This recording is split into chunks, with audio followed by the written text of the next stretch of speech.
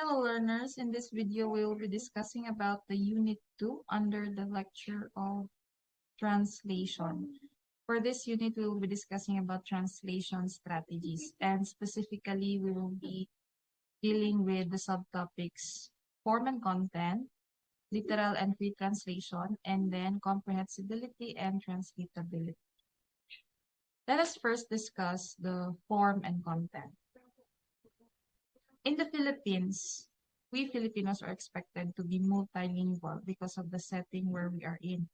We are in a multicultural setup, which means that there are so many different tribes and cultures and practices that are existing in this country. And that means that we learn from one another. So along with learning the different practices of these different people, we also adapt and learn their different languages. And so it results to us being multilingual. We are not just bilingual, we are multilingual. For instance, in my case, I know and I can speak 6 different languages. I know Sama, Tausug, Filipino, Cebuano, Maranao, and English. For instance, I can translate one particular message in the 6 different languages. Let's have the statement in Sama, lingkat laak kao. In Tausug, malingkat ka tud. In Filipino, ang ganda-ganda mo. In Maranao, nyakatayteg ka. In Cebuano, guwapa kaayo ka. And finally, in English, you are so beautiful. If you look into the different languages in the 6 statements that I have just provided, you will notice the differences in terms of the pronunciation, in terms of the syntactic structures, the sentence patterns, and the rest of the unique features of each different languages. However, it all boils down to just one particular message. It means that the speaker was complimenting the second person by telling her that she is very beautiful. So this is what Roman Jacobson refers to as the possibility of conveying the message from a source text or source language into the target language. According to him, the difference in the languages is not a hindrance for a translator to translate or to convey the message from the source language or the source text. He has this notion about the form and content. According to him, as long as the form doesn't impact or doesn't have a significance on the meaning, then it is translatable. The only thing that cannot be translated is poetry and song. This is for the reason that in poetry and song, the form really has a significance to the meaning. Let's say there are poems that are constructed in a certain manner because it has something to do with the interpretation. For example, the poem of Edgar Allan Poe, the Annabel Lee. The form structure of the poem is like it's a seashore because it has a significance to the meaning. It's like the setting is on the seashore, so something like that. And also for the songs, for the lyrics of the songs, the words were crafted well.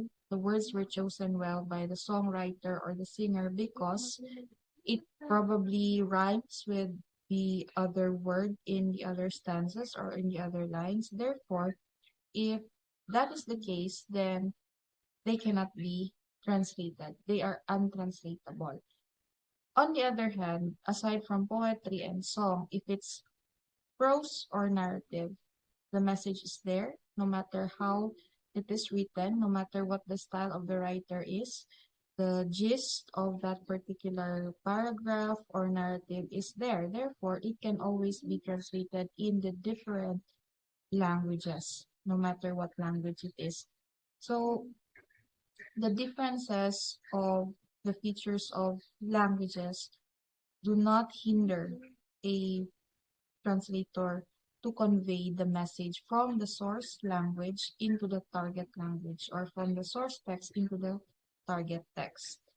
So, looking at the diagram shown by Roman Jacobson, if the message is more inclined to the sense or to the content, then there is a high possibility that it can be translated. On the other hand, if it's more inclined into the form, especially if the form has something to do with the meaning, then there is a very minimal chance that it can be translated, just like in poetry and in song. Let us proceed to the second subtopic under this unit, which is about the literal and free translation. Translation has already been existing during the classical times, and during that time, the translation used was the word-for-word translation, meaning to say, if, let's say, in the source text, there are 5 words in a particular sentence, so in the target text, you would expect that the first word will be translated into the word for that particular target text, and then followed by the second, and so on and so forth. So it was the usual or common translation strategy used in the classical times. That is the what we call word for word translation. Now, in the translation theories, we have the most known names, which are Cicero and Saint Jerome, because during the time of Cicero, he did not apply the word for word approach, because according to him, as an orator, he wanted to preserve the sense of what he is trying to convey. So it was during his time that he tried to break the pattern of using the word for word approach. Then, 4 decades after, Saint Jerome as well came into the existence, and he also proposed, and he also believed that it is more into the sense when we try to translate instead of the word for word translation. Now, what we can get from this concept is that literal translation is good, but it's not applicable to every translation that we, especially if the source text and the target text have very different languages, because there are some languages that are quite similar to one another, or that are belonging to a same family of languages. Now, there are also languages which are very far from one another. So if the languages in the source text and the target text are very far from one another, then literal translation is not applicable for that. One of the reasons here is, like I mentioned a while ago, each language has a unique feature. Therefore, the unique feature includes the syntactic structure, the lexical properties. So languages have these things with them. So if we force literal translation to the translations that we are going to do, then sometimes the meaning will not be that accurate. So it was during the time of Cicero and Saint Jerome that they believed that sense matters most rather than the word for word approach. And especially if they were translating Bible, so it's a holy book, and the message must be accurately transferred to the people, to the community. So this is where we can say that literal translation is not applicable all the time, although it can be applied to some scenarios, but in some cases it cannot be applied. For example, translate the English, if we translate the English statement which says, you must go to school, and then we translate that into Filipino. If we use literal translation by saying, by applying you, and then we say, ikaw, must, dapat, go, pumunta, to school, sa paaralan. So when we read the Filipino translation, it would read like, ikaw dapat pumunta sa paaralan. So the meaning is not that accurate because the accurate meaning or the accurate message from the source text is actually saying that dapat kang pumunta sa paaralan. That's how it works. So because we forced the literal translation for that particular statement, we did not get an accurate message. So that is why sometimes we do not use the strategy of literal translation, but we opt to use the free translation strategies. And then we ensure that the message is accurately transferred into the source. Another example for the literal translation, if we try to force it to a translation. So example, we have the source text, which is Tausug, and then we will have the target text, which is English. So let's say in the source text, we have the statement, nakapaygo na kiina kahapon.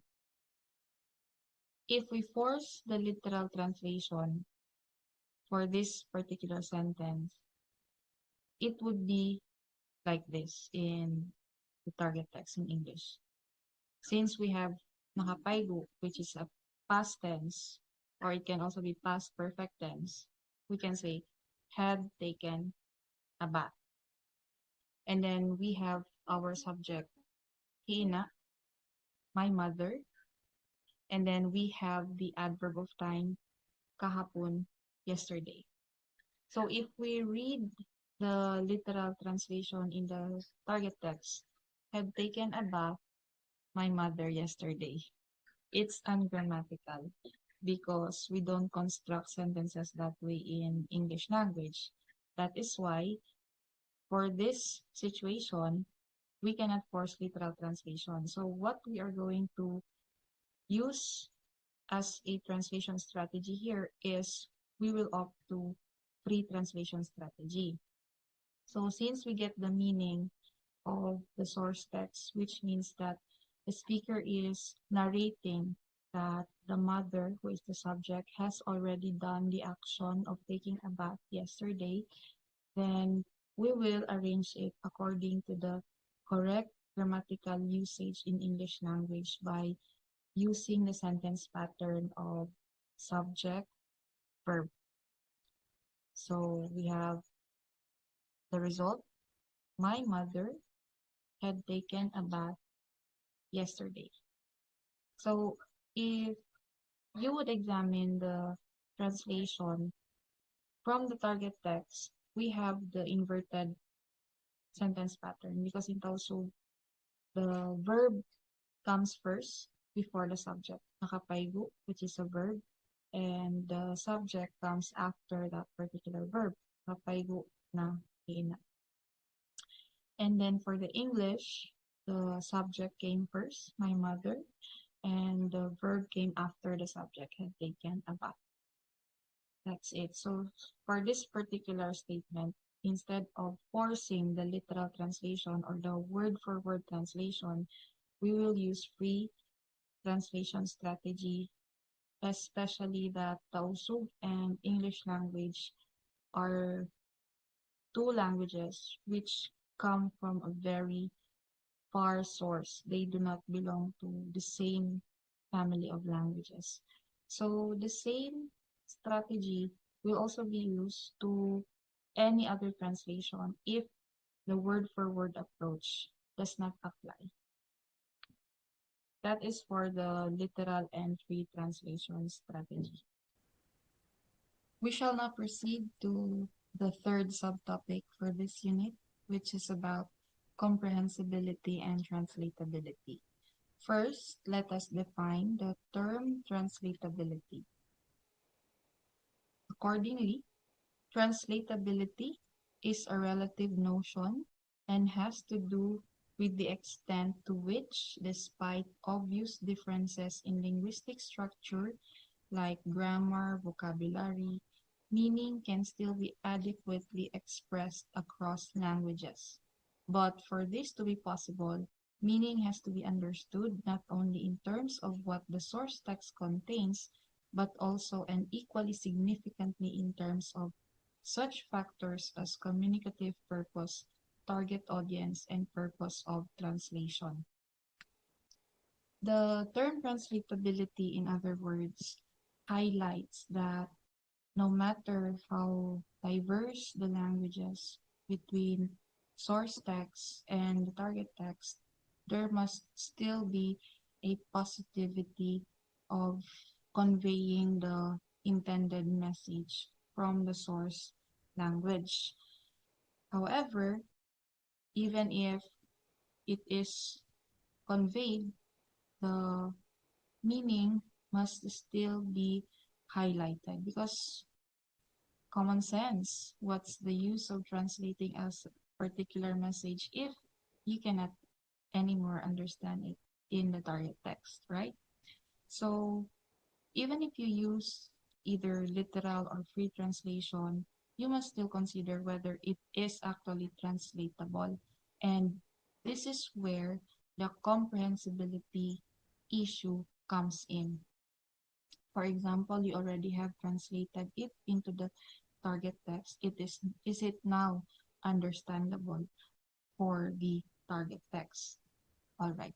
So under the comprehensibility topic, we must anticipate that not all of the source texts are the same in terms of the level of being serious or in terms of the humor, for instance. So let's say if we try to compare translating Bible, Quran, and the forms in schools, they are not the same. So let's say in the forms in schools, they can be somehow understood or they can be somehow interpreted using context clues because they are common information, common details like name, birthday, birthplace. But in terms of translating the Quran, then it is not a common thing. Then there is a deep level of seriousness for translating the Quran or any holy book. So it's not the same. The translation circumstances or situations are not the same for everyone. Also, not all receivers, when we say receivers, they are the ones who read the translated output in the target text. So not all receivers are also the same. Maybe there are some receivers who are culturally knowledgeable about the particular source text or source language. And then there are also receivers who are not that culturally aware of the source text or source language. So there is already a variation or there is already a gap between that. Therefore, in terms of comprehensibility, a translator must always consider factors like text types and the audience or the purpose of translation. So the translator must consider the text type. What kind of text are you translating? Is it, let's say, Bible? Is it Quran? Or is it a common form in the university? So knowing this, you will know what strategy to use. You will know to what extent are you going to make your receivers understand or comprehend your output in the target language or in the target text. And then you will also have to understand and anticipate the purpose of translation. Why are you translating this particular text? Why? So if you know the reason why, then you can adjust to that level of translation. If you understand the purpose of translation, why are you translating? So if you are intending to preach, for example, then you must really have an accurate translation of the statements in the Quran or in the Bible. Or if you would like to make your readers or receivers understand the whole form in the university, then you will also have to adjust your translation so that they will comprehend. So book, here in this book, there's an example here which use a free translation. So the source text is French, and then the target text is English. So in here, you would see here the example in the source text, which is French. So there's an English translation here, lead and bowls in polycarbonate, high resistance materials used for aircraft windows, resist high temperature and shocks. Simple and functional control panel, 3 controls suffice to master compact 3100. If you look at the literal translation here, you would notice that it's like nearly enumerating word for word just to probably give hints of what the French statement is talking about. Now, in the next statement, which is the target text English, this is a free translation already. So it says here, work bowls and lead are made from polycarbonate, the same substance as the windows of Concorde.